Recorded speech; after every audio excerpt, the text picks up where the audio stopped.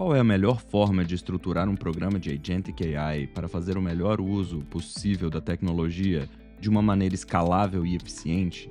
Aprenda agora os conceitos de Agentic Rooms, Agentic Workspaces e muito mais no Data Circle Podcast.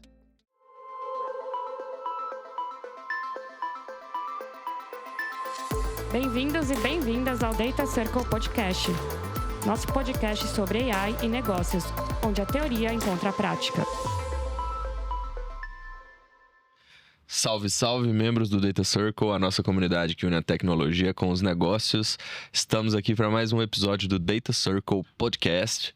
Eu sou Vitor Pontello e comigo hoje está a Lígia Bose. Tudo bom, Lígia? Olá, bom dia, boa noite, depende do momento que você ouvir. Engenheira sênior da Artefact.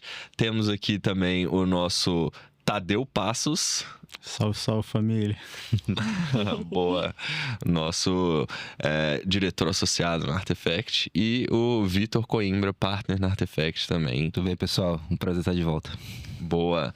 E hoje o tema que a gente vai falar é basicamente o tema mais atual do ambiente de inteligência artificial, nos temas relacionados a IA, que é agentes, mais especificamente sobre plataforma de agentes.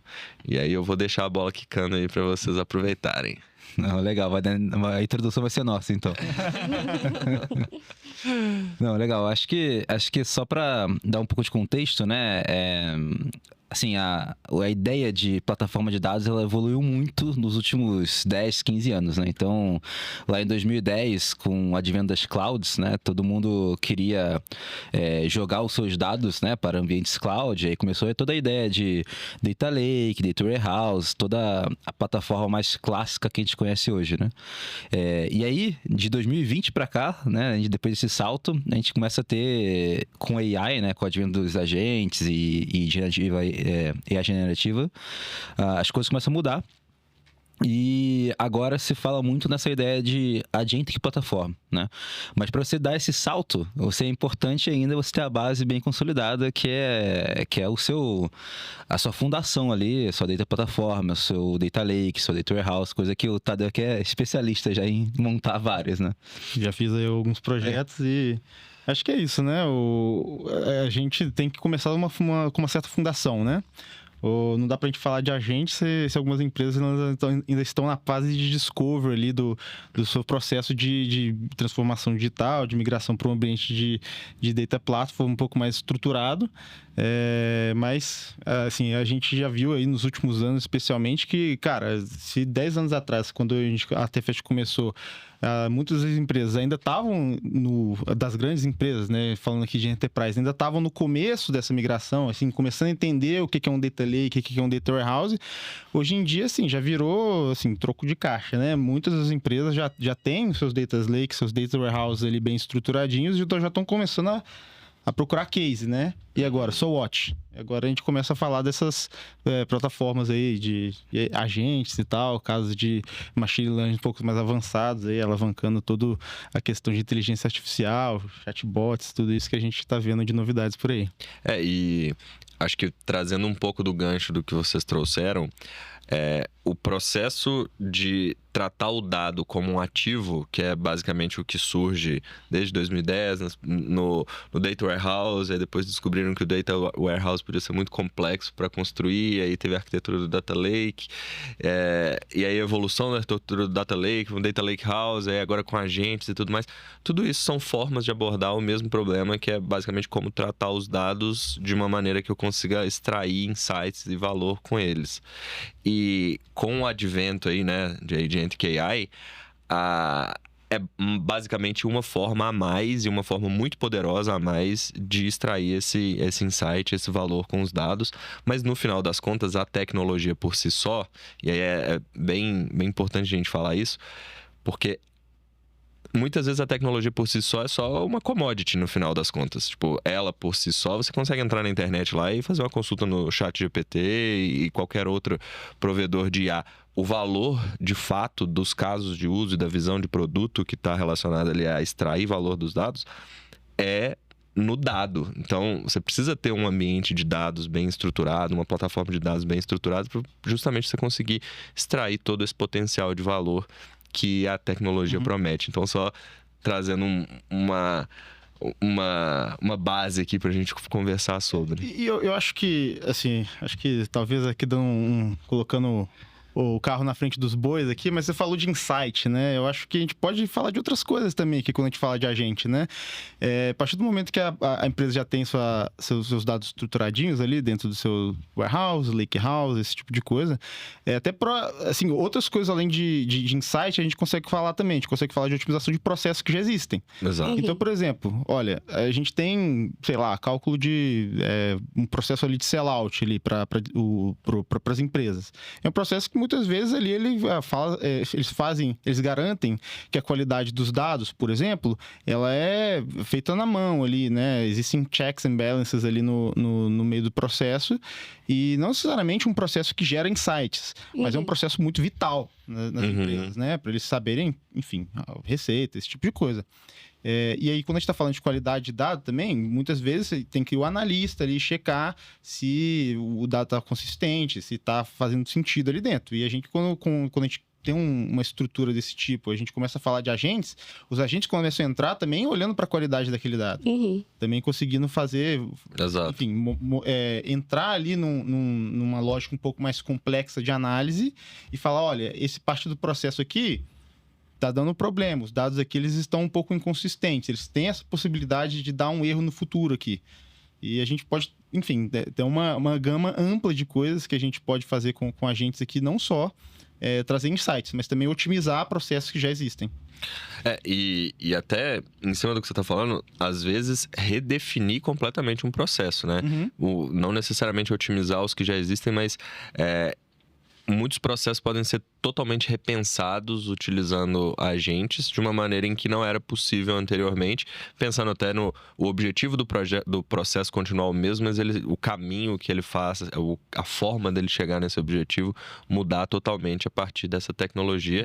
E também trazendo, por exemplo, dados ao longo do processo, enquanto provavelmente, ou em alguns casos, poderia não existir, né? Às vezes o processo não consumia os dados da maneira como ele poderia. Por exemplo, um processo que consiste numa tomada de decisão que era feita basicamente pelo feeling ali de quem tomava aquela decisão dentro de um cargo específico, pode ser embedado, por exemplo, com um KPI que é fundamental para tomar essa decisão, ou um conjunto de KPIs que vem do Data Platform. Então, acaba que as oportunidades ali são infinitas, né?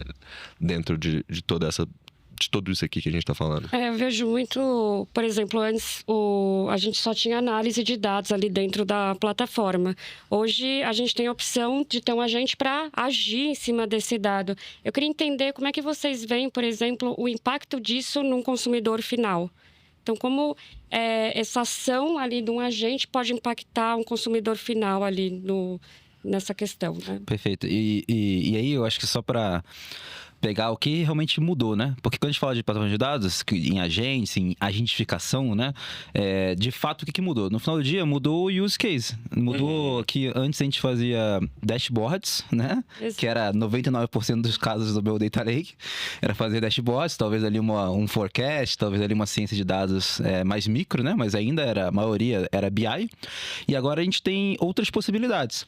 Então, dado essa mudança do dado de uma dashboard para outras possibilidades, a forma como você estrutura isso, né? E aí mudou completamente também.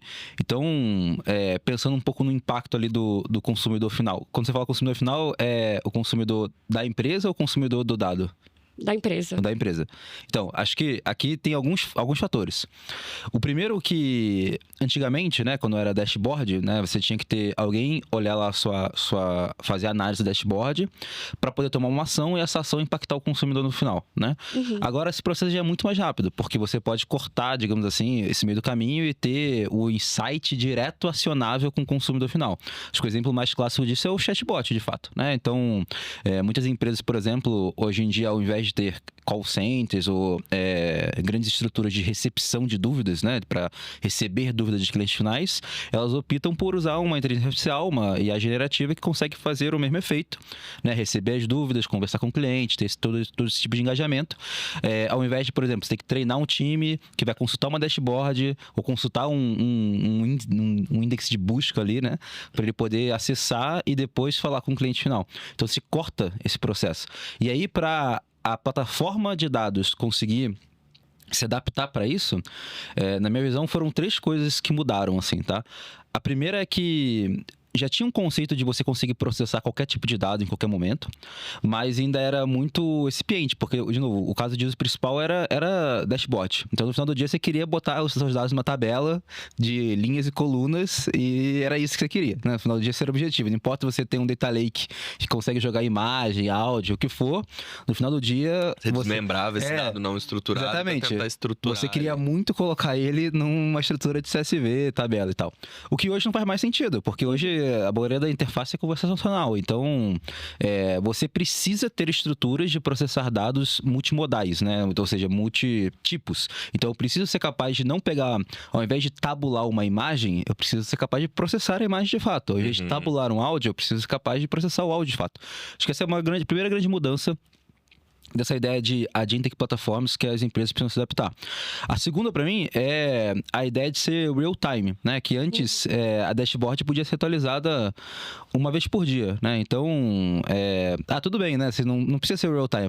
Esse reporte aqui eu preciso de uma vez por dia, ou então as pessoas precisam se atualizar uma vez a cada treinamento, né? Embora muitas vezes isso chegava como uma necessidade, né? Eu preciso desse dado real-time, mas eu uso uma vez por dia só. É isso, eu também. E hoje não, hoje você não pode esperar um dia para receber uma resposta do ChatGPT, né? Então, você precisa... Imagina. Você precisa trabalhar com latência, você precisa trabalhar com dados de fato em streaming, né?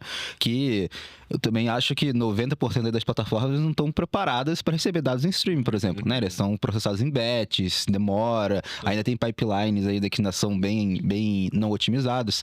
Então, para mim, a segunda grande mudança é essa. As pessoas precisam entender que agora os dados é mandatório você processar eles em real time. E para mim a terceira, que também é bem importante, é que fazer a segurança e a governança disso tudo no lado da aplicação é bem fácil, porque você pega um reporte e você só manda esse reporte para quem você quer, né? Você literalmente seleciona os e-mails e fala assim, olha, você vai ter acesso a isso, você vai ter acesso àquilo, né? Agora, se eu tiver uma mesma interface, por exemplo, um chatbot, e eu perguntar, será que você não consegue aumentar meu salário, né? Ele vai ter que ser capaz de entender que ele não pode fazer isso para você, entendeu? Talvez pro analista de RH ele consiga fazer, né? Que é ali que tá o cara que cuida do salário, de fato, né? Mas para você, ele não pode fazer. E esse controle de acessos, mais no micro, essa governança quase micro e nível quase individual ali por funcionário, ela é muito difícil e complexa, né? Ela não é mais feita por grandes grupos, assim, do tipo, tem gerência, tem executivos. Então, para mim, essas são as 3 grandes blocos que mudaram muito para uma plataforma de dados, sabe? E eu acho que você tocou um aspecto que é bastante maneiro, que é a interface, como que a galera interage com os dados hoje em dia.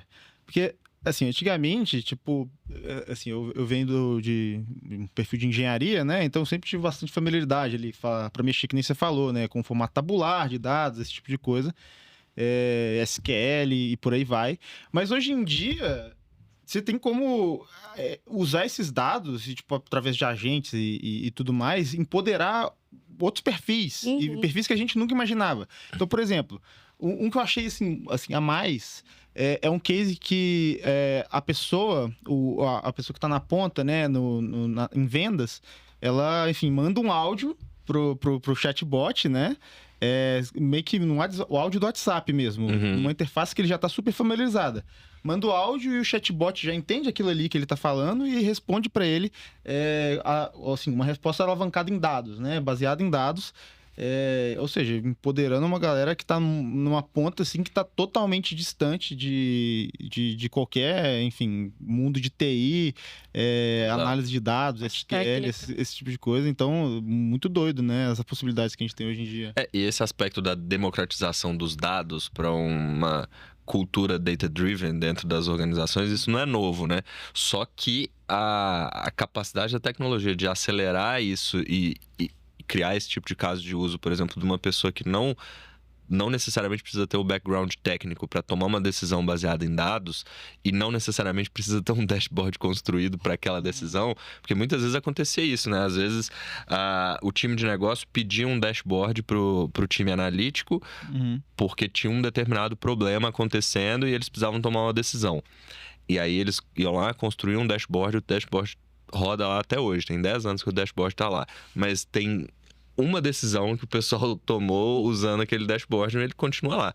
Então, você tem todo esse processo de pedir para o time analítico de construir um dashboard para gerar o KPI para eu tomar minha decisão, sendo que hoje você consegue, por exemplo, com um caso de uso de Augmented BI, que é muito alavancado por esses pontos aqui que a gente está falando, a pessoa manda um áudio e pode vir esse KPI necessário para tomar de decisão no próprio WhatsApp que a pessoa está usando. A interface é meio polivalente, né? Digamos assim. Exato. Não tem um case que resolve uma coisa só. A gente está resolvendo uma gama grande de coisas ali, usando a mesma interface. E a comunicação direta, né? Você está fazendo aquilo agora, tipo, real time, no caso, e não tem ruído de entendimento. Às vezes você fala uma coisa, o time analítico entende outra, resolve, aí, putz, não era isso que eu queria, eu preciso de outra coisa, e ficava naquele loop. Isso Agora... me faz pensar que a maturidade, né, dos dados está muito bem definida na empresa, né? Precisa ter... os dados ali bem certinhos, bem não é magia, né? Não é magia. Porque senão você vai ser repleto de viés, né? Na hora de um insight, por exemplo. Então, eu vejo muito desse lado também, dessa maturidade de a empresa ter esse data lake, data warehouse, todo consolidado, estruturado, para que aí sim ela possa usar, fazer uso dos agentes, de plataformas de agentes. Senão você corre o risco de democratizar um dado errado, né? Exato. Que é talvez muito mais perigoso do que não democratizar. Exato. E aí eu acho que tem um outro ponto que a gente não falou, que a gente falou muito do Agentic Platform para use case, né? Mas eu acho que também tem o Agentic Platform para a produtividade interna das pessoas, né? E a qualidade do dado também. Então, antigamente eu tinha que induzir ou meio que forçar, né, as pessoas a pensarem do tipo, o que é um dado certo, o que é um dado errado, o que é uma KPI certa, o que é uma KPI errada, né? E eu precisava pegar essas regras, que são determinísticas, e aplicar elas, né, em base de dados gigantescos. Hoje em dia, não. Hoje em dia, eu posso literalmente perguntar para o ChatGPT, né? Falar assim, olha, se me pega aqui coisas que estão fora de um padrão X, ou estão fora de um padrão Y, né? E eu consigo, esse processo de determinar regras de data quality, ele se torna muito mais eficiente, porque eu não preciso ter isso escrito na pedra, porque já é difícil de governar, né? Porque também as pessoas que escrevem isso na pedra às vezes saem da empresa, e aí nem lembra mais porque tinha essa regra que não podia fazer aquilo, aí tem carries e carries que ninguém mais quer mexer, porque funciona, né? Documentações inexistentes. Documentações inexistentes. E agora você consegue literalmente terceirizar isso para alguém que nunca vai ser a sua empresa, né? Que é uma AI. Exato. E essa AI, ela consegue medir a qualidade dos seus dados de uma forma muito mais probabilística. Então ela consegue olhar e fala o seguinte, olha, esse dado aqui veio com 0 a menos, esse daqui ele veio com 0 a mais, e ela torna o processo inteiro resiliente. Então, por exemplo, se alguma coisa falhar no meio do caminho, né, ela consegue continuar mesmo ignorando aquela falha. Acho que um exemplo bem claro é esse processo de ingestão de dados. Às vezes você vai ingerir um dado de um CSV ou de algum input manual de algum usuário, e aí vem sem um número específico, com uma vírgula errada, e aí o próprio GPT ele consegue identificar isso e tomar uma ação em cima disso. Ao invés de você, por exemplo, crashar toda a pipeline e abrir um ticket para resolver. Então, também tem um fator que é que o dado tem que ter qualidade, sim, mas o Agentic Platform também ajuda em você criar isso. E você conseguir acelerar a criação dessa qualidade, entendeu? Não é só... Você não precisa só pensar no caso do final do analista. Você pode usar isso durante todo o processo desde a gestão, do storage, do processamento, assim vai. Isso vale até para a própria governança também, né? Tanto a construção de políticas de governança, quanto a gestão da governança em si, se a pessoa está com o cargo que ela tem, se a política de governança que está atrelada ali está certa, se está faltando alguma coisa ou sobrando alguma coisa, ou se, sei lá, a pessoa está tentando mudar o salário no chatbot da empresa. Amigo, isso não é certo. A gente tem uma discussão forte aí de segurança com agentes ultimamente rolando. É uma discussão complicada, né? No momento atual, que assim, a gente tem as nossas travas ali no meio do processo, mas como é uma coisa nova, a gente tem que ser bastante blindado, né? As empresas cobram bastante da gente enfim, saber que aquilo ali é resiliente, seguro e tem que fazer um trabalho bastante grande, assim, para chegar no momento em que o agente está em produção. Cara, muita gente já perdeu muito cabelo ali pensando como é que não vão entrar naquele sistema, ninguém vai mudar o salário que a gente tá falando. Uma frase que eu gosto bastante é que AI does not get fired, né? Tipo, não importa o que você faça, você não consegue demitir, né? AI, você não pode simplesmente falar assim, você errou, não vai embora, entendeu?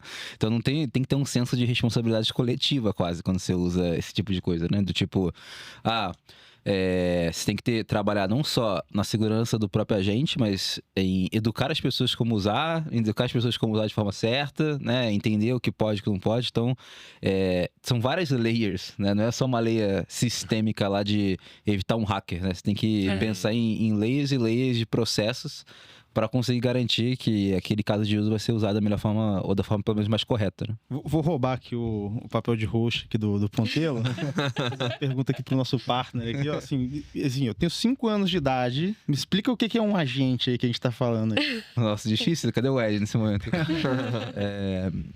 Que pra mim parece um funcionário novo da empresa, né? Quase isso. É quase, eu gosto de pensar que é o computador que consegue agir, basicamente. Então, por muito tempo, quando você ia interagir ali com o seu computador, né, você imputava coisas para eles, né, ele retornava coisas para você, e você agia, né, você clicava o mouse, você abria o browser, você surfava na web, né, construiu o dashboard, fazia tudo isso.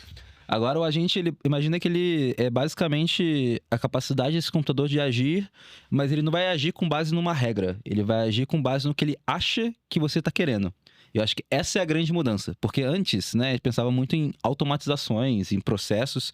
E isso é fácil. A gente consegue ensinar para o computador com if this then that, né? A questão de, se ele fazer isso, faz aquilo, e assim vai. Fica tudo mais fácil, né? Mas o computador entender e ele mesmo tomar a decisão de achar o que você deveria fazer, que é o difícil, né? E o agente é exatamente isso. O agente, ele é a automatização do passado, sem você falar o que ele precisa fazer. Ele vai deduzir. E essa capacidade de dedução que é a grande chave, né, que transforma as coisas. Eu não sei se alguma criança de 5 anos vai entender essa explicação. Eu tentei. Talvez é um computador amiguinho que consegue fazer as coisas que você pede pra ele. Talvez seja uma explicação que ela entenderia mais. Mas no final das contas, é isso, né? Acho que a gente consegue pegar um nível de interação com a máquina que a gente nunca teve antes, e também da própria máquina interagir com a própria máquina, ou seja, tirar o ser humano do loop. Se fosse só o ser humano dando o comando e o agente sabendo o que ele deveria fazer, talvez ainda não seria tão diferente. Mas hoje você consegue criar uma rede de máquinas, ou seja, agentes, que dão comando para outros agentes que vão agindo e não necessariamente precisa voltar no ser humano para ele dar o input, e as coisas vão fluindo dentro de um fluxo de trabalho, vamos dizer assim, né? Não, isso é muito louco, né? Porque você só fez ali o início, vamos dizer, de tudo isso, né? Dando ali dados para fazer isso e tudo mais. E depois é um conversando com o outro ali dentro do computador. Sem o ser humano agindo. Então, mas isso já acontece há muitos anos. Oi. Tipo, um carro... Acontece muita coisa dentro do carro que você não vê. E você literalmente só vira o volante. É a mesma coisa. Mas as peças do carro não pensam no que elas precisam fazer. Não, sim, mas elas não pensam, mas ela elas é feita para aquilo. Exatamente, mas o agente também foi feito para aquilo. É a mesma lógica. As peças do carro, ela vai girar, ou então vai puxar, ou vai empurrar com base no input seu, certo? O agente é a mesma lógica. Ele vai agir, de fato, e vai entender as coisas com base no input seu também. Então, essa ideia acho que essa ideia é muito da resiliência dos sistemas, né? Acho que a ideia de resiliência de sistema existe há muitos anos, né? Você vai pegar um foguete. Um foguete tem 20 milhões de sistemas de resiliência. Se alguma coisa falhar, ativa outra. E se alguma coisa falhar, ativa outra. Isso é um processo de resiliência. E ao mesmo tempo agora, o que está acontecendo é que esse processo de resiliência está sendo mais facilmente aplicado a qualquer coisa. Então, com um agente, você consegue aplicar esse processo de resiliência a qualquer tipo de coisa. Por exemplo, em gestão de dados, né? Você consegue simplesmente, ao invés de ter que ter um alerta se alguém botar um dado errado, o próprio agente consegue entender que esse dado é errado e corrigir, né? Mas eu entendo Eu acho que o grande ponto é esse entender que tá errado e corrigir. Eu acho que esse que é a grande diferença. É um sistema que faz mais de uma coisa, né? Exato. No dia. É que, assim, eu gosto de ver como o meu estagiário ali, né? Mas assim, eu posso passar instruções ali pro estagiário, mas ele é um ser pensante, né? Alguém que Exato. tem um tipo de inteligência ali falando do agente, né? O estagiário é bem inteligente, quer dizer. Mas o agente, ele tem um tipo de inteligência que consegue resolver diversos tipos de problemas sem eu dar instruções super precisas. Explícitas, né? Exato, né? Ele tem esse nível de abstração que ele consegue identificar, sei lá, criar um plano de ação em prol daquele objetivo dele, sem que você tenha que determinar o caminho. Acho que essa é a grande diferença, né? Sim. Se um sistema de um motor, por exemplo, se tiver algum problema na biela, ele não vai dar um jeito de girar se o negócio não estiver lá. O Ponte já morou na Alemanha trabalhando com carro, né? Não, e não interessa, você pode pedir, você pode dar o prompt que for, pode pisar no acelerador, pode virar o volante, ele vai funcionar naquilo ali que ele tá planejado. Agora, o agente, ele consegue... Cara, se eu preciso sair do lado direito pro esquerdo, mas tem uma caneca no meio, ele consegue meio que dar a volta sem você mandar ele dar a volta. Acho que o ponto é, quando a gente tá falando de plataformas, né, no geral, que é basicamente a construção das coisas por trás, né, do motor, quando a gente literalmente abre o motor, a resiliência disso aconteceu. Eu concordo, eu acho que o nível de abstração ele é diferente, mas o output final é bem parecido, que é a capacidade de você conseguir ter algo que se falhar, tem um plano A, B, C, só que talvez quem vai pensar nesse plano A, B, C não vai ser você. Isso, exato. Então vai ser um modelo probabilístico, né? Mas a plataforma, como você usa isso, é igual. E aqui para mim é a grande também divisão. Eu acho que a gente pensa em agentic platforms para dentro das empresas e para fora delas. O para dentro delas está muito ligado com essa questão de resiliência de sistemas, qual é o ponto de produtividade das pessoas, eficiência das pessoas, por exemplo, programarem mais rápidos ou conseguir construir documentações melhores, né? Ou então você conseguir fazer um deploy mais eficiente, ou com menos erro, ou data quality melhor. E também tem um lado externo, que é a construção de fato de use cases. Que aí entra todo esse lado de chatbot. A gente começou o capítulo falando disso, né? De criação de chatbots, de casos de uso que agem em sistemas autônomos, por exemplo, ou conseguem conversar diretamente com o usuário por meio de voz, por meio de vídeo. Então, toda essa divisão de você entender sua agentic plataforma como sendo algo que tem um impacto interno, diretamente na produtividade dos seus funcionários, mas também tem um impacto externo na venda e na sua receita de fato, né? Na venda do seu produto, né? Na receita que você está gerando. A gente vê muitos casos, quando a gente escuta falar, né? Exatamente voltados para o consumidor ali final. Chatbot, que você vai interagir, como gerar uma imagem diferente. Mas um ponto legal que você comentou é justamente o percurso para chegar até lá, você também poder usar isso. Eu acho que é o grande diferencial para muitas empresas, né? Sim. Poder usar isso durante o processo para ser um catalisador, para ser mais produtivo, para economizar mais tempo, mais dinheiro também, dependendo do que você está substituindo ali. Não substituindo pessoas, mas sim a tecnologia, né, que você tinha antes. Não, e isso está muito ligado com o ponto da confiança, né? Confiança barra segurança, que quando você coloca um caso de uso final, que é aquilo do confiar nesse dado, tem que ter o dado legal, tem que ter o dado limpo, né? Você tá correndo esses riscos, do tipo, olha, se você tá fazendo um agente, né, ou um agente de plataforma, para chegar ali no final, fazer uma dashboard automatizada e tomar uma decisão, é um risco muito alto que você tá tomando, né? Ali dele conseguir chegar ali. Existe outras formas de você meio que alavancar a mesma tecnologia, conseguir um grau alto de eficiência sem necessariamente tomar esse risco se você estiver numa maturidade mais baixa.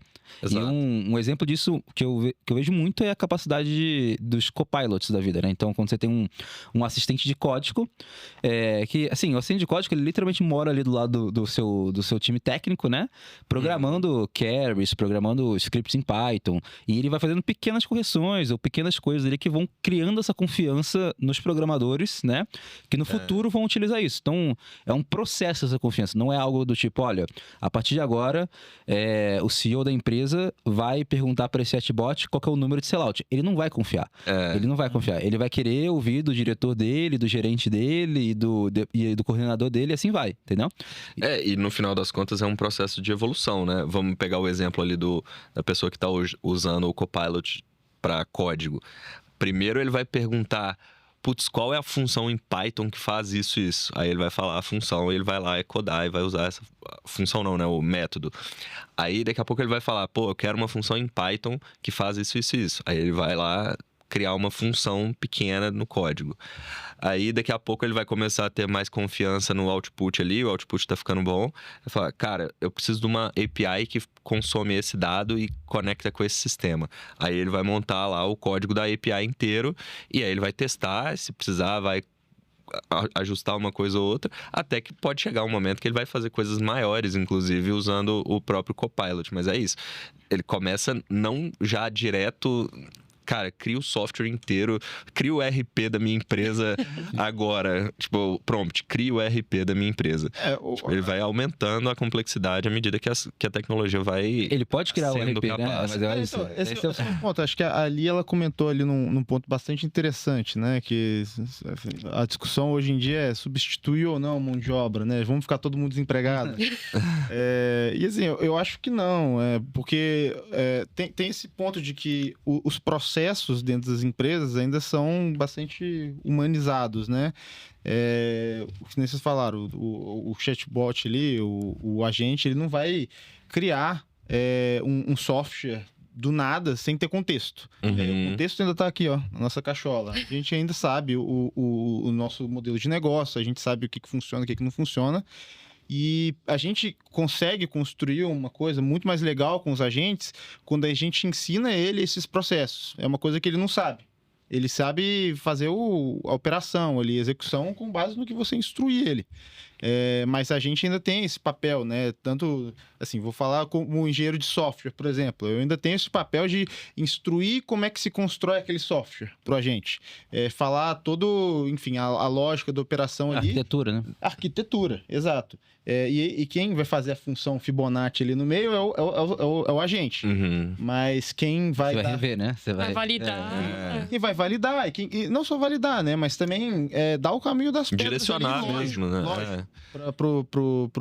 Para aquele agente, para que esse software existe, o que ele precisa fazer. E a mesma coisa, eu acho que nas empresas, né? No contexto mais de negócios. Então, assim, você fala, olha, resolve aqui meu problema de fluxo de caixa aqui pro agente. Pô, não dá, né? Ele vai te dar uma resposta, no mínimo, muito genérica. Eu tenho que dar as especificidades ali, programar o negócio todo direitinho, colocar os parâmetros muito bem feitos. E acho que assim, voltando para aquela discussão inicial, né? Se as pessoas vão perder emprego ou não. Acho que as pessoas não vão. Quer dizer, existe uma disrupção ali, né, nesse meio, claro. Mas eu vejo como um empoderador aqui das pessoas, né? As pessoas conseguirem até desenvolver trabalhos, né? Desde o estagiário ali, conseguir desenvolver trabalhos até mais sofisticados do que fazem hoje. Se a pessoa souber utilizar, né, a seu favor, pode ajudar, né, na verdade, ali na produtividade. Ela vai aumentar o nível de abstração que ela vai requerer para tomar uma ação, né? E isso no final do dia, aumenta a eficiência inteira da empresa. Exato. Então, você tá... Ao invés de você ter uma pessoa que tá passando o dia inteiro ali procurando fórmulas de Excel para fazer um PROC-V mais fancy, né? Ela vai conseguir se preocupar de fato com a pergunta de negócio que ela quer responder. Exato. Então, você é analista que tá preocupado de perder seu emprego, você vai ser promovido. Você vai fazer as coisas mais rápido. Exatamente. Acho que eu sou lógico, mas ao mesmo tempo... Acho que a dificuldade está aqui na escalabilidade disso, né? Então, como eu consigo garantir que esses agentes, né, são criados e desenvolvidos em escala. E também tem um processo de adoção em escala também seguro dentro da minha plataforma. Eu acho que essa é a grande charada, né? Porque hoje você pode simplesmente usar, né, as APIs ali dos modelos mais genéricos, Enterprise, né, ChatGPT, Gemini, o Claude, tudo isso. Mas como eu consigo garantir que se tem um problema específico, por exemplo, ou tem um processo específico, esses modelos conseguem se adaptar aos meus casos de uso. E aí, para mim, entra muita figura que está surgindo, que é a figura do AI Engineering, né, e do LLM Engineering, né, que são as pessoas responsáveis por tanto fazer o microsize ali do processo, ou a microaplicação ali que vai resolver um processo específico, quanto adaptar e fazer toda a estrutura do modelo para esse microprocesso, que são dois papéis que estão surgindo e que são fundamentais durante toda essa jornada, porque é isso, você não vai literalmente conectar a API do ChatGPT e pedir para ela resolver o seu problema de fluxo de caixa, porque é muito longe, né? Ou criar o ERP da sua empresa. Exato. Com todos os processos. E que você pode fazer isso, mas para você criar isso, você tem que ter uma plataforma de agentes escaláveis, que é o seu agente de plataforma. E personalizados. E personalizados, né? Dentro do seu contexto, né? E aí essas duas figuras para mim são muito fundamentais, que é o AI Engineering, que é a pessoa que vai construir o processo, construir a ferramenta, construir o microsize ou o microsoftware. E o LLM Engineer, que para mim é a pessoa que vai adaptar os modelos para dentro do seu contexto. Então, trazer vetores, trazer RAG, trazer fine-tune, trazer processos específicos ali para adaptar os modelos mais genéricos para o que você está perguntando. Uhum. Porque no final das contas, cada problema tem sua especificidade e não tem uma bala de prata. No final das contas, precisa de uma certa adaptação da tecnologia para cada contexto. E assim, com a inteligência artificial é muito fácil fazer a média, né? Mas o grande lance ali de fazer o a mais é justamente com esse tipo de capacidade, tanto de construir o produto certo usando a tecnologia, quanto de adaptar a tecnologia para o produto também. E aí, né, dentro desse processo, o importante das empresas perceberem é que elas vão precisar mudar a forma como elas organizam os seus times de tecnologia, né? Então, hoje, né, essas duas figuras, elas são muito diferentes de um software engineer padrão, ou um data engineer padrão, ou um data science padrão, né? Elas incorporam elementos, né, e skills que essa galera tinha, mas elas adaptam e usam essas skills de uma forma muito diferente. Então, vai ter que ter um trabalho tanto de tecnologia, né, das empresas, de criar as plataformas para essa galera trabalhar, da mesma forma como criaram lá os notebooks para os data science trabalhar ali, ou então os Databricks da vida para conseguir os data engineers trabalharem. Agora eles vão ter que criar as plataformas para o seu AI Engineering trabalhar e criar os seus microsoftwares, né? Tipo, os seus microsize. Então, ferramentas que eu acho muito legais, por exemplo, o Lovable, o V0 da Vercel, né? São ferramentas que permitem que essa criação de softwares em escala aconteça num nível muito micro, e é onde essa pessoa vai trabalhar, que você vai precisar ter algo parecido para dentro das empresas. Então, ao invés da pessoa criar, por exemplo, uma Karen SQL dentro do Athena lá do AWS, ela vai criar um pequeno front-end ali para as pessoas imputarem ali no campo um input que nunca foi imputado antes em nenhum outro sistema.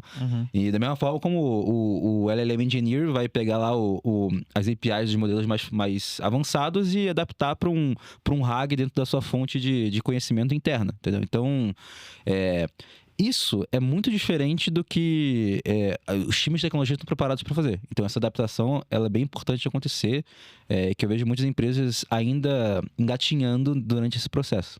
E qual ponto você colocaria como uma sugestão, ou você vê como um caminho que as empresas deveriam percorrer para justamente se adaptar para receber toda essa mudança e se preparar para o que está por vir? Acho que os grandes primeiros steps são as 3 grandes mudanças que a gente falou ali no início, né? Primeiro, você ser capaz de processar qualquer tipo de dado, né? Você não tem que querer tabular tudo, então você tem que ter um processamento de dados multimodais, tem que processar áudio, vídeo, imagem, e quando eu falo processar, é processar mesmo, não é adaptar para uma tabela, né? Ou extrair as informações de uma tabela. Você tem que ser capaz de processá-las. Acho que o segundo é a capacidade de ser real-time e streaming com latência muito baixa, que, de novo, você não precisa esperar lá os seus dados atualizarem na tabela a cada um dia, 2 dias, não. Ele é um dado de fato real-time sobre demanda, né? E o terceiro é essa governança estruturada na lei de segurança e governança, né? De você conseguir ter, de fato, em nível individual, o que essa pessoa pode fazer ou não, né? E conseguir controlar isso, né? Em escala, para, sei lá, 15 mil funcionários, né? Que tá a grande dificuldade desse processo. Antes você conseguia, porque você conseguia decidir quem acessa o quê. Hoje não mais. Uma vez que você domina esses três requerimentos básicos de infraestrutura e tecnologia, aí você vai para o lado das pessoas. E aí, quando você fala lá de pessoas, né, você tem que ter um caminho estruturado para as pessoas conseguirem usar essas ferramentas de produtividade e se desenvolverem, né? E aí daí mesmo vai nascer os seus AI engineers, né? Essa galera que consegue acessar essas plataformas muito legais, que é algo que a gente faz na própria Artifact, né? Na própria Artifact a gente lançou várias plataformas e várias ferramentas, e das pessoas que conseguiam mexer nelas e se adaptar e gostavam, os inícios dos vibe coders, né? A galera se adaptou para virar, de fato, engenheiros de software muito bons, né? E isso que você falou é muito interessante, né? As pessoas, né, que vão estar incluídas nesse processo, elas precisam se adaptar culturalmente a essas mudanças, né? Dentro das empresas que querem implementar esse tipo de coisa. E até... É uma coisa que eu vejo, assim, de maneira bastante legal na comunicação. Como é que a comunicação entre áreas, ela acontece. A gente vê muitas empresas, né, que as áreas são meio ciladas, né? Então, cilados, tipo, são silos apartados, né? Então, por exemplo, a galera de negócios não consegue comunicar alguma ideia que eles têm para o time de BI, por exemplo, porque eles não têm Eles vão fazer o quê? Antigamente eles tinham que desenhar no papel, né? Ou então tentar explicar a ideia para alguém que estava ali no meio de campo, para comunicar para o analista que ia, enfim, construir aquela visão, aquele dashboard. Mesma coisa para o time de software, né? Às vezes as empresas precisam construir um hot site, sei lá, um portal para o consumidor final.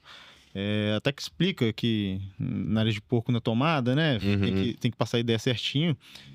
Hoje em dia, com essas mudanças, a galera de business, que nem você falou, você citou o Lovable, nossa, adoro essa plataforma.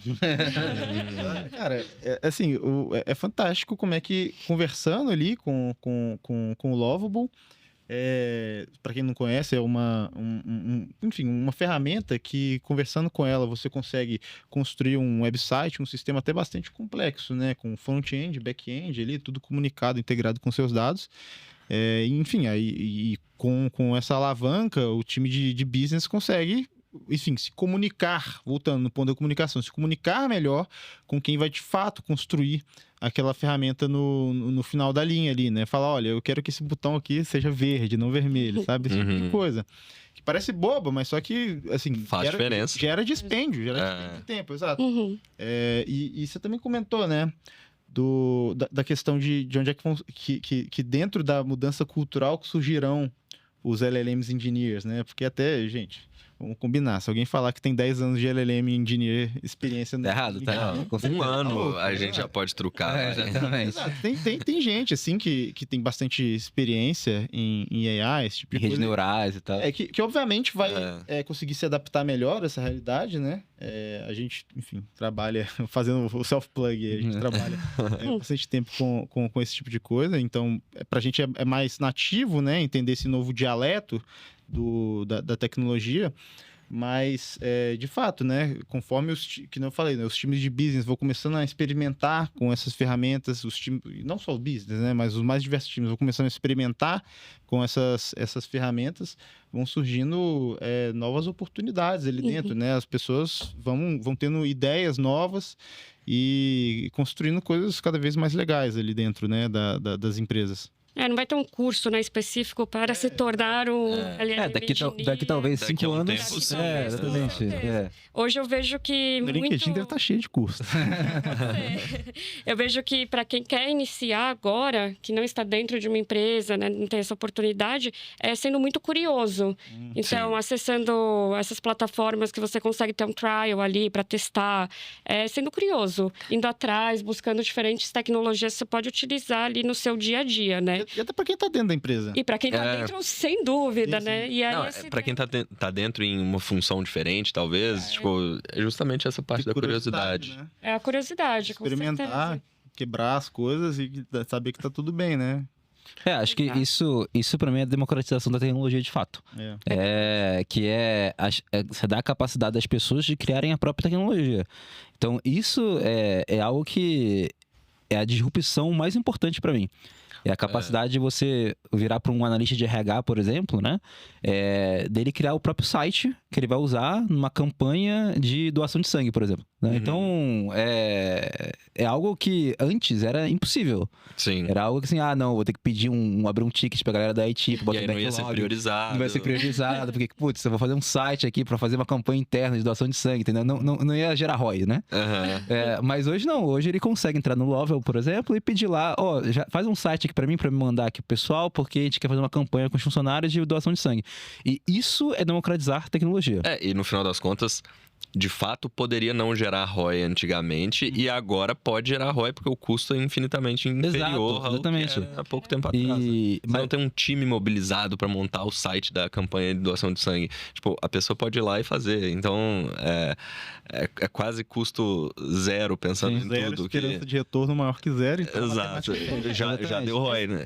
Mas Um pouquinho criativo ali. chama atenção, né? E chama atenção. E acho que só pra aterrissar isso com o ponto do agentic de plataforma de fato, né? E da evolução da plataforma de dados para isso, né? Tudo que a gente falou até agora é algo que as empresas estão engatinhando muito, né? Porque primeiro é a separação do que é agentic plataforma para use case analíticos, para externos, do tipo chatbot, geração de imagem, coisas que vão para o cliente final, ou pelo menos para o seu time executivo para tomar uma decisão. E o que é agentic plataforma para o seu time interno mesmo usar e democratizar a tecnologia e democratizar a produtividade, né? E tornar as pessoas mais eficientes. Acho que essa discussão, por exemplo, já é raro ver os grandes executivos que estão tendo essa discussão nesse momento, né? E o segundo passo uma vez que você tem essa discussão, como você trabalha nessas duas frentes. E no final das contas, os viabilizadores técnicos que a gente está falando aqui, e tanto dos 3 pontos que você falou ali no início, quanto todos os outros, são os mesmos tanto para os use cases externos quanto para os use cases internos. É só a forma como vai ser usado essa capacidade técnica, essas foundations aí dentro da estratégia da empresa, né? E é isso. Acho que a capacidade de transformação dentro da empresa, dentro de todas as empresas, ela é dada, né? A tecnologia já demonstrou o tamanho do potencial disso. A gente falou aqui de construção de use case para o cliente, a gente falou de construção de use case interno, a gente falou de redefinição de processo, de otimização e redefinição de processo, e tudo isso tá aqui. É só a empresa precisa ter um direcionamento estratégico para começar a usar. E aí você comentou um ponto que eu acho extremamente importante, que é a parte da adequação cultural ali. E a adequação cultural é muito difícil de vir se não tiver uma certa adoção, pelo menos preliminar da tecnologia, né? Pelo menos você conseguir deixar as pessoas testarem a tecnologia para elas experimentarem, dar um pouco de asas à curiosidade ali para ver como que funciona um Lovable, como que funciona uma coisa aqui, ter uma ideia e tudo mais. As pessoas não vão chegar do nada, agora a gente tem uma cultura AI first, agora a gente tem uma cultura que a gente quer usar agentes. Então, essa visão de deixar as pessoas irem mexendo um pouquinho ali, experimentando e tudo mais, e a partir disso, paralelamente, você ir capacitando a empresa, criando as foundations, criando todo esse arcabouço técnico que baliza toda essa transformação enterprise que é possível, que a gente está falando aqui, é fundamental. E no final das contas isso tem que ser top-down, né? Alguém lá de cima tem Exato. que entender esse potencial e falar, cara, a gente precisa investir Porque nisso. é algo novo, né? E ela pode acontecer no micro-level bottom-up, né? Mas para você conseguir escalar isso, você precisa de uma decisão de confiança mesmo top-down, né? Porque é aquilo, você sempre vai ter, né, o estagiário curioso que vai usar o Lovable e todo mundo vai falar assim, precisa promover esse cara aí porque ele tá brilhando, né? O moleque é bom. Tipo... vai Ou então ter... fala, cara, faz o seguinte, faz isso aí que você fez no Lovable, no VBA aqui pra mim, porque... Exatamente, que é a ideia do cara que sabia o O VBA. VBA, anos atrás, era a ponta da tecnologia. Exato. Então, isso vai acontecer, isso é orgânico, né? Então, acho que todo mundo vai ter, estatisticamente, numa empresa de 15 mil funcionários, você vai ter uma massa de pessoas muito boas que vão usar essas tecnologias. Mas para você escalar isso, precisa ser algo institucional. Você precisa ter iniciativas institucionais, né? Para você garantir que todas as áreas estão sendo democratizadas, né? Então, isso é bem importante, essa governança, e que eu vejo muita gente pensando nos agentes e plataformas para fora, pensando no chatbot, pensando no gerador de imagem e tal, mas não pensando na eficiência que é mais fácil ainda, que é infinitamente mais fácil de você ter, que é basicamente pensando para dentro, né? De falar assim, olha, como é que eu posso usar isso, implementar simplesmente um copilot aqui pro meu cara de SQL conseguir programar mais rápido, né? Então, é algo que... Esse sim é um valor que é bem quick win, que é bem fácil de implementar e que muitas empresas estão ignorando. Eu volto naquele ponto que eu trouxe lá no início, né? Processo aqui. Processo das empresas. Como otimizar esses processos usando agentes. Até puxando o gancho dos processos, junto com isso tudo que a gente está falando sobre a decisão top-down, transformação e o próprio Agentic Platform aqui, existe também o conceito de Agentic Rooms, né? Acho que a gente pode... É uma certa buzzword, talvez se a pessoa nunca ouviu, ainda vai ouvir um pouco isso, pensando na implementação de agentes nas empresas. Vocês poderiam dar um contexto sobre Agentic Rooms e a relação disso com Agentic Platform? Legal. Então, acho que, assim, para entrar no Top Agentic Rooms, a gente tem que trabalhar com um cenário hipotético aqui. Imagina uma empresa, né, que está bem avançada no termo de agentes, de fato, né? Então, ela tem lá... já trabalhou no nível individual, todo mundo tem seu chatbot, todo mundo sabe usar o chatbot deles, todo mundo consegue criar ali seus mini agentes no dia a dia. Essa primeira etapa, essa primeira lei individual já deu um check, né? Uhum. Aí depois da lei individual, a gente vai para a lei de processos. Então já existe já automatizações end-to-end nos processos inteiros, já existe agentes que conseguem falar com o consumidor final, já existem agentes que já conseguem substituir ali o processo de geração de imagem, por exemplo, né? Então essa segunda etapa também deu check. Uma vez que você deu check nessas duas primeiras etapas, você tem um grande problema na terceira, que é qual? Imagina que você entra numa empresa, uma pessoa nova entra nessa empresa que é super moderna, ele vai ter 1000 agentes, né, para poder lidar, né? Ele vai olhar e falar assim, cara, existe um agente para gerar imagem, existe um agente para corrigir meu código, existe um agente para eu abrir um ticket, existe um agente para consertar um computador, existe um agente para quando eu tô doente me recomendar alguma coisa que eu preciso. Então, cara, existe gente para tudo. E aí que vem o conceito de Agentic Rooms, que é você segmentar isso pela função da pessoa. Então a pessoa para de pensar um pouco quais são os agentes disponíveis para mim e ela começa a pensar qual que é o problema que ela quer resolver. E o próprio agente determina quais agentes ele tem que chamar. Então eu vou dar um exemplo bem clássico, assim, né? Quando você... Pensando num analista de RH, né? Numa função de RH. A pessoa pode ter um agente lá que calcula o salário, um agente lá que responde perguntas, um agente lá que consegue pedir férias, né? Mas ele tem que saber quando é que ele tem que chamar cada um, né? Ou pelo menos quando clicar em cada botão. No conceito de Agentic Room, basicamente eu falo o seguinte, olha, eu tenho esse problema, não me importa como você vai resolver, eu quero a resposta desse problema. E o próprio sistema acha o melhor caminho para resolvê-lo, né? Acho que o melhor exemplo que eu tenho hoje de Agentic Room, né, em produção e em escala, é o Codex da OpenAI. Para quem não conhece o Codex da OpenAI, é a plataforma da OpenAI de programação mesmo, né? Uhum. Então, basicamente, dentro do Codex, você pede alguma coisa do tipo, quero programar um software que é assim, assim, assim, e o Codex vai trabalhar. E aí você deixa ele trabalhando, né? E daqui a 1 hora você volta e ele vai te explicar o que ele pensou. Ele fala, olha, eu fiz isso, depois eu peguei essa segunda função aqui, aí depois eu chamei um outro agente que eu tinha aqui no meu portfólio, e ele vai te dar o output, né? E você vai só validando esse output. Essa ideia de você ter o processo orientado, né, por salas agênticas, que é esse terceiro nível que ainda é um grande mistério para muitas empresas. Que muitas empresas ainda nem chegaram lá, né? Elas estão trabalhando ainda na primeira etapa e na segunda etapa. Para você conseguir criar salas agentes eficazes com base na sua função, né? Você tem que ter já essa mudança de mindset muito radical, que é do tipo, olha, imagina que o seu analista financeiro vai chegar lá e ele não vai ter que nem abrir o e-mail dele, entendeu? Ele vai acessar ali a sala agêntica dele e falar assim, olha, me fala os 5 e-mails que eu recebi ontem. Ah, tá aqui os top 5 e-mails que você precisa responder. Responda eles para mim. É sobre isso, assim, não Você é do já tipo, sabe como eu penso. Exatamente. Vai lá. Responda esses e-mails pra mim enquanto eu vou validar outras coisas que você já fez. Então você tem uma ideia de AI workforce, E de se fato. tiver alguma coisa importante, você me chama. Né? Exatamente. E aí Então, ele tem que entender o que é importante com base no contexto. exato, que é um outro nível. Não é mais do tipo, olha, o analista chegou lá e ele vai ter 4 ferramentas para ele poder usar, para poder automatizar o trabalho dele. Não é isso. É sobre ele chegar lá e falar assim, olha, quais são os problemas que tem que resolver hoje? Ah, os problemas que tem que resolver hoje, você tem que validar isso e pensar nessa estratégia. Tá bom, me deu o que eu tenho que validar. Você já fez, provavelmente, né? Já fiz. Tá aqui o que você tem que validar. Ah, tá certo, errado ou não? Tá errado. Vai por essa e essa linha. Beleza. Agora, vou pensar nesse caso. Então, você vê que a rotina da pessoa mudou. A rotina da pessoa não é mais do tipo, olha, eu tenho uma tarefa, vou realizar ela e tenho ferramentas para realizar ela, né? É muito mais orientado ao output do que ao processo em É si. isso, e aí que tá a automatização, o valor máximo, né? Porque imagina que você tem 15 mil funcionários que chegam na empresa e pensam assim, né?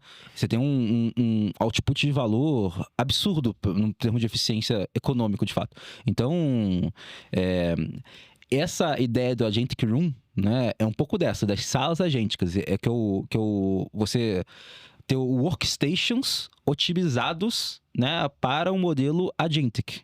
Então, para alguém chegar assim e falar assim, não preciso nem abrir meu e-mail. Esquece o e-mail, entendeu? O que eu preciso saber é, o que eu tenho que resolver hoje? Ah, você tem que resolver isso. Tá bom. Se ele vai mandar um e-mail ou não, ou para quem que ele vai mandar um e-mail perguntando isso ou não, eu não quero saber. Eu só quero que eu resolva o meu problema. Esse shift é o grande pulo que eu vejo que ainda vai demorar, mas é o futuro, digamos assim, daqui a um tempo das empresas começarem a trabalhar assim. E talvez no futuro ainda tenha o conceito de Agentic Committee, que é basicamente o comitê que responde a salas agênticas autônomas, e aí vai ter o unicórnio de uma pessoa só. Sci-fi total. Mas tem muito chão aí, especialmente pensando em segurança, a gente chegar lá, né? Com certeza. Segurança, Você ética, é engenheiro de dados, sabe como é que eu penso. Então. Mas é isso, pessoal. Acho que a gente conseguiu caminhar bem por todo esse processo ali da Agentic Platforms, terminando com essa visão de futuro aqui, que na minha visão é extremamente animadora. Acho que tem muito caminho para quem trabalha com tecnologia, para quem gosta de tecnologia, para acompanhar e fazer durante o processo até a gente chegar lá. Muito obrigado, Lígia. Muito obrigado, Vitor. Muito obrigado, Tadeu. Obrigado a vocês. Foi um prazer aqui. Obrigada. E é isso aí, pessoal. Semana que vem tem mais. Até lá.